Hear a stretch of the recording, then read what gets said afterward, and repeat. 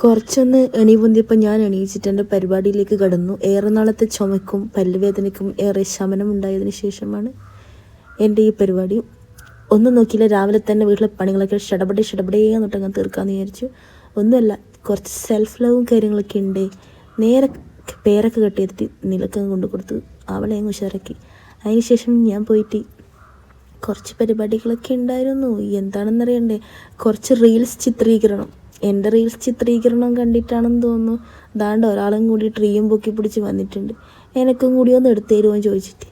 പിന്നെ നോക്കില്ല, നമ്മൾ രണ്ടാളും കൂടി ഫോട്ടോ വീഡിയോ ഒക്കെ എടുത്തു. അതിന് ശേഷം ഒന്ന് കുളിച്ച് സുന്ദര കുട്ടപ്പനും കുട്ടപ്പിയായിട്ടിരുന്ന് കുറച്ച് നേരം ടി വിയൊക്കെ കണ്ടു.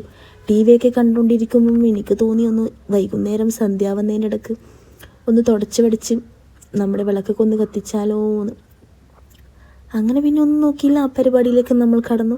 അതിൻ്റെ ഇടയിലായിരുന്നു ഡെലിവറിക്കാരൻ വന്നിട്ടുണ്ടായിരുന്നത്. നിലമോളെ സ്കൂളിലെ പരിപാടിക്ക് വേണ്ടിയിട്ടുള്ള ഡ്രസ്സാണ് ഗൈസ് വന്നിട്ടുള്ളത്.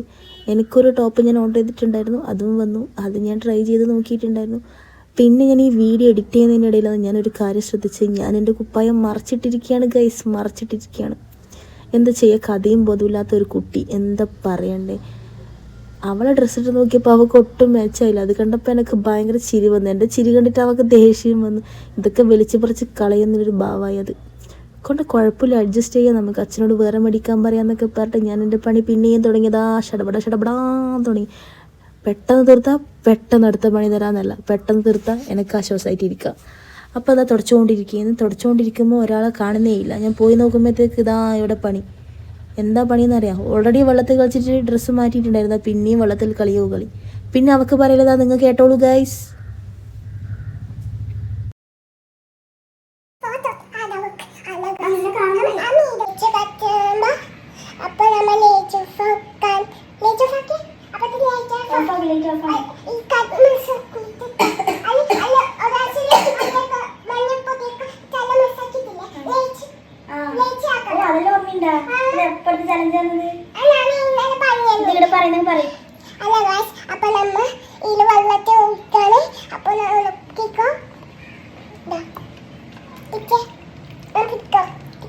എന്റെ സഹായം വേണോ?